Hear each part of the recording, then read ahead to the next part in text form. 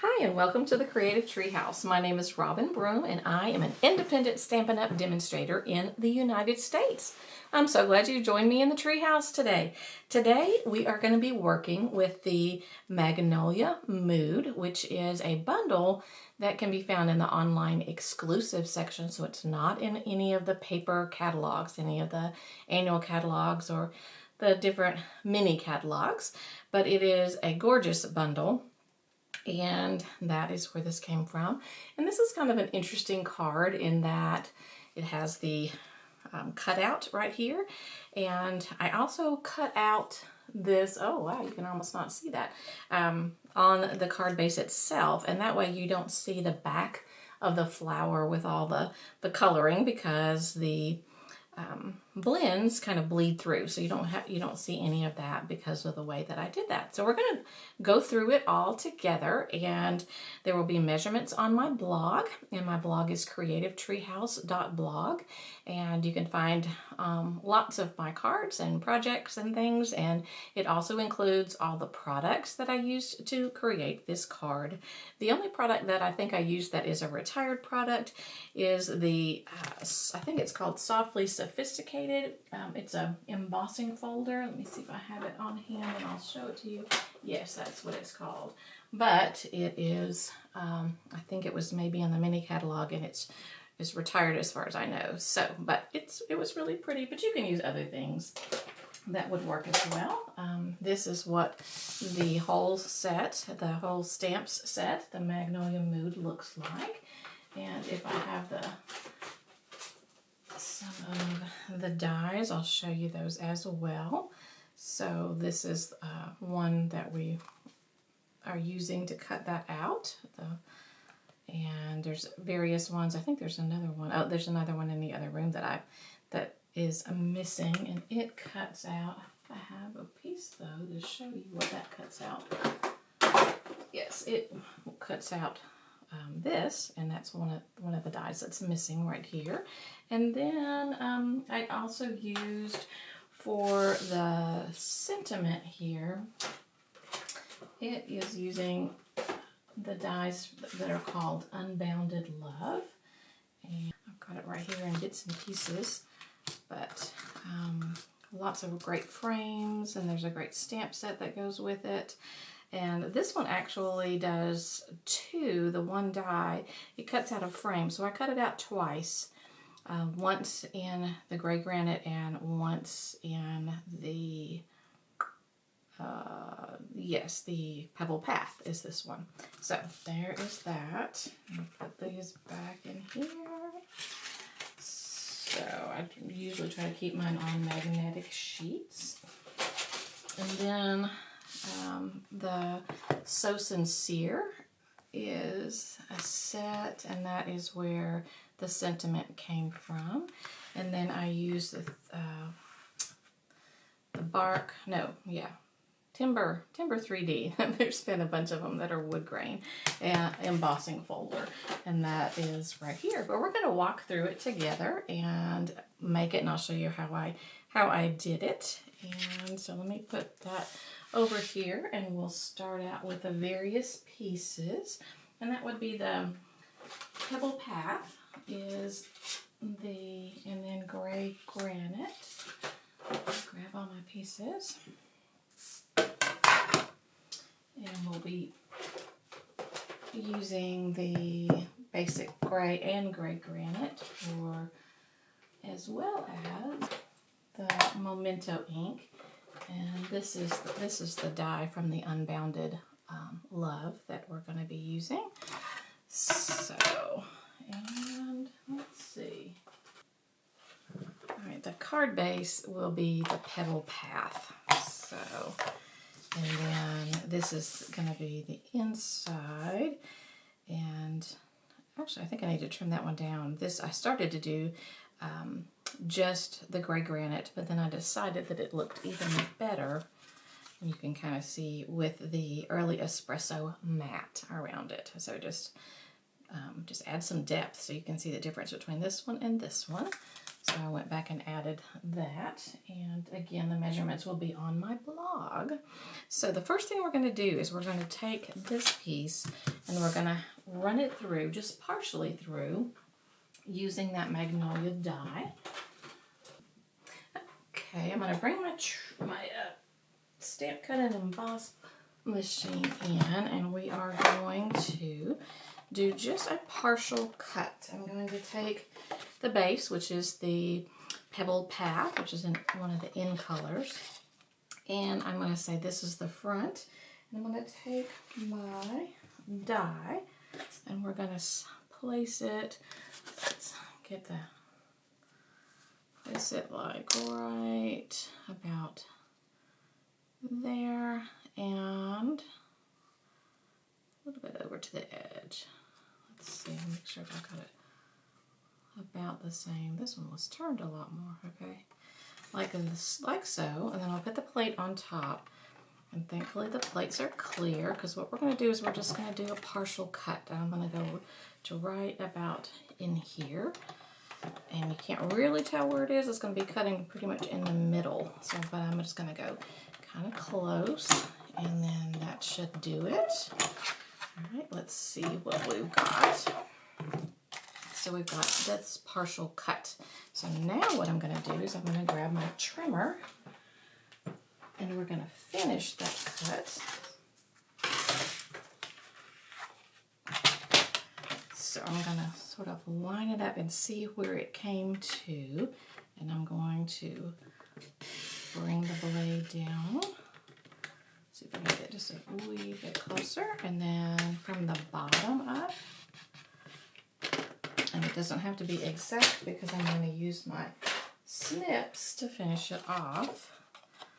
So, because I don't want it to go over. So just a little bit there. And then a little bit in here too. So that went.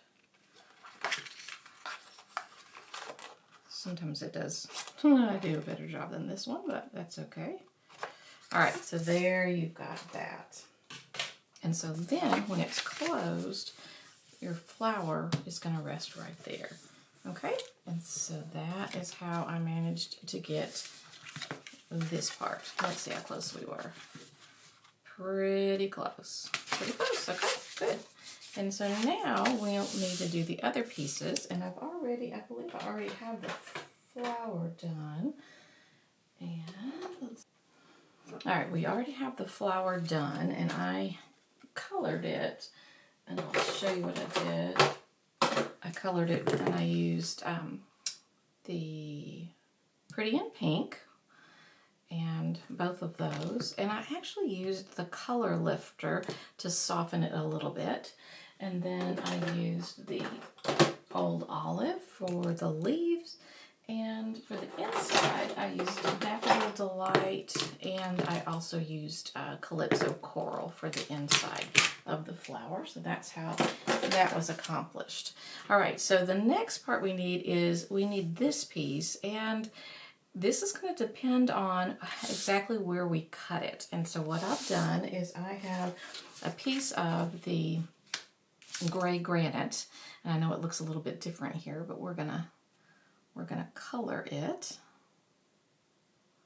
and I need to know where I need to cut here.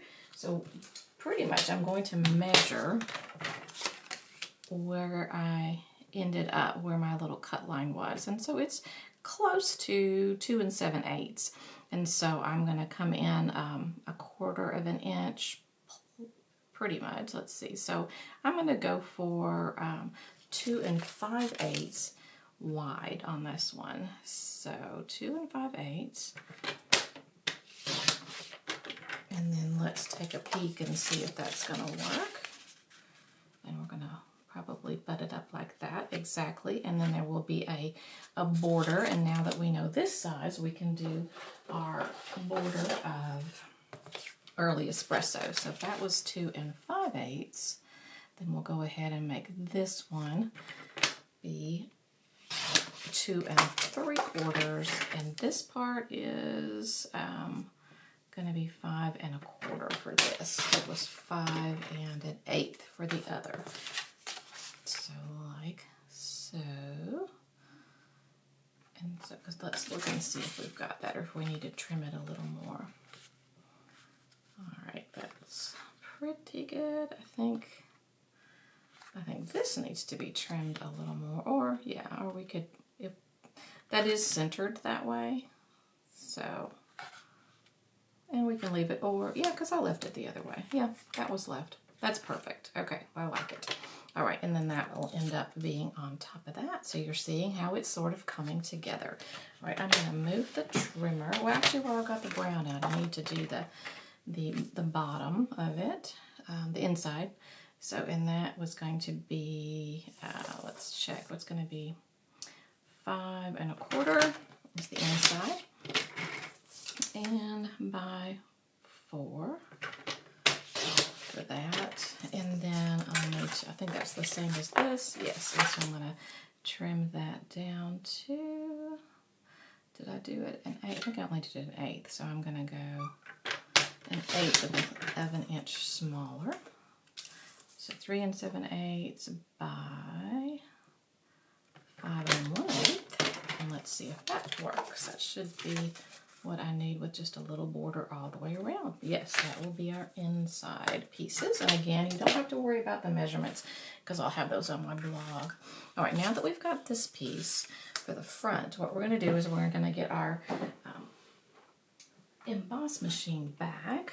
And this time I'm going to trade out the plates because this time we only need the plate number 4 because this is a 3D embossing folder. And we're going to actually ink up the folder. So we're going to use the gray granite ink. And I'm going to ink up the Stampin' Up side, where the logo is. And just like that. All right, and then I'm going to set the piece of paper on there.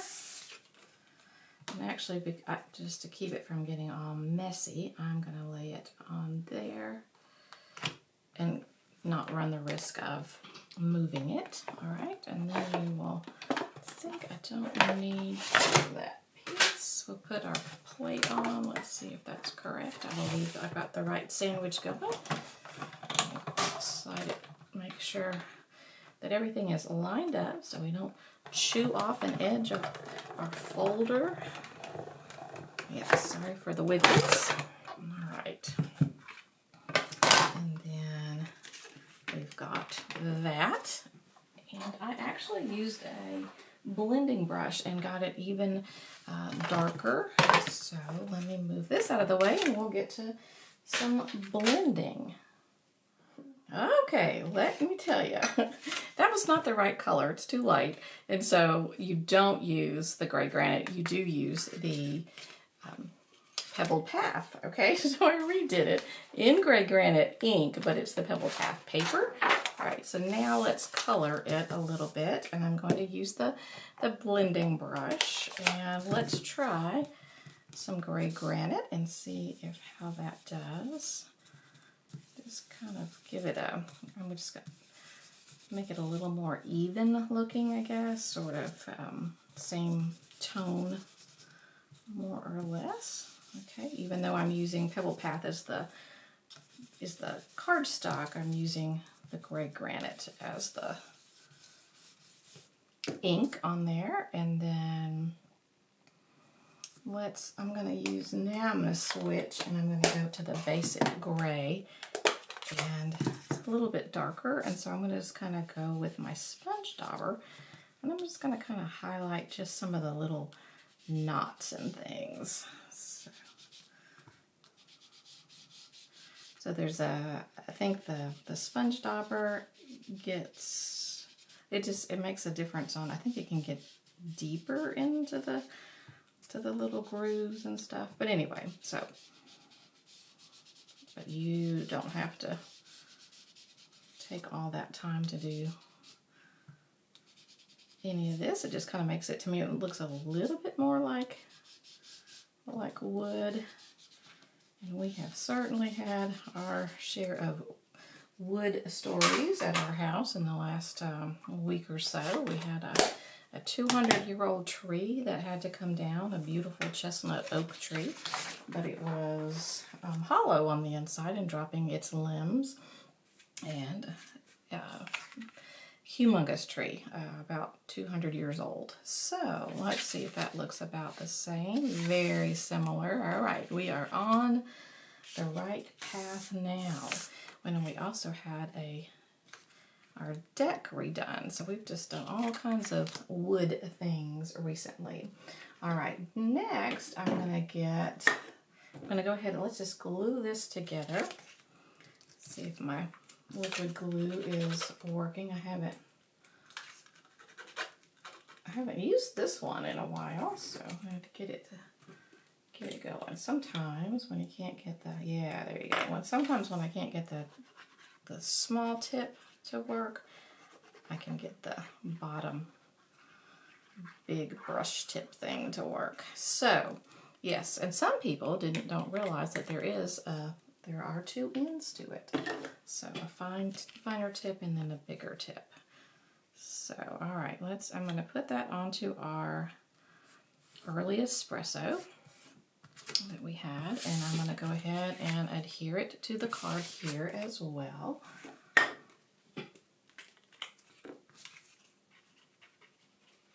All right, some more liquid glue. I love liquid glue. I love the fact that it you've got all that time to move your stuff around. All right, so, and now this is going to go in here, but instead of liquid glue, we are going to use dimensionals to put our flower up. I have some small ones here. Do I have any large ones? Not many, but that's okay. I have enough. And don't forget, you can also use, in fact, I'll just do that right now. You can use the edges too. There's nothing wrong with using the edges. So I'll just do some edges and a few more of these. Okay, I think I'll just use an edge in this leaf section because it's kind of skinny. Okay, and maybe here's a good little tiny edge piece. We can use that on that leaf section. All right, I may have maybe a little overkill on the dimensionals. All right, I'll pull the backings off, stick that on there, and we are getting closer and closer. All right, do I have them all? I always check for the shiny. If it shines, then I know I've got the in the light, then I know I have the backs off. All right, so did that one? Yep, all right, we're good. All right, so we're just gonna lay that up there, covering up exactly. And so now you have that, and when you open it, you don't see all of the coloring and stuff, so that's looking great. Okay, the next thing I'm gonna do is I'm gonna go ahead and work on the inside a little bit, and I'm gonna use the folder, the one that I said was retired, and I'm sorry about that. I didn't realize that it had retired, but hopefully you have one that will work equally as well. All right, and so for this one, all I'm gonna do is I just want a little bit of it to show. I guess it doesn't really matter. And I'm going to break a rule when I do this. Let me line up all the little guys. Okay, and that rule is, actually I need to look and see, because how far I go in here is going to be related to, that's about right. Okay, I'm going to break a rule about how you should use an embossing folder in your machine. Okay, so yes, I am usually a rule follower, but sometimes, and the rule is that you should always put your folder in with the seam here where it folds. That should always go into your machine first. But when you're doing something like this, that's not going to work because it's not going to fit. So I'm going to break the rule, and I am going to turn it And this exactly lines up, so you have to be really, really careful. So, and I'm going to run that through, and we're just gonna, it's also a partial instead of a partial cut. This time we've got a partial embossing. Okay. Oh, I didn't quite get it enough. Oh, let's see if I can fit that back in. Probably not. Can I? I think I moved it too much. It needs to go just a touch more than it did. Okay, I didn't. Let me do it this way. Okay, I thought I heard it snap enough. See that? Yeah, that looks a little better. All right. And now, we'll move that out of the way and I'll show you. And there's a reason for that. It not only does it make it look nice, kind of neat, but when you do this, then now you're going to know where it is that you, yeah, I should have gone just a tiny bit more, where you could write. And that way you don't have to worry about, or you could make a pencil line or whatever, but that gives you an idea of where to write, because it would be difficult to write on top of that. The only other thing I need to do now is I need to stamp my little tiny, here it is, this guy.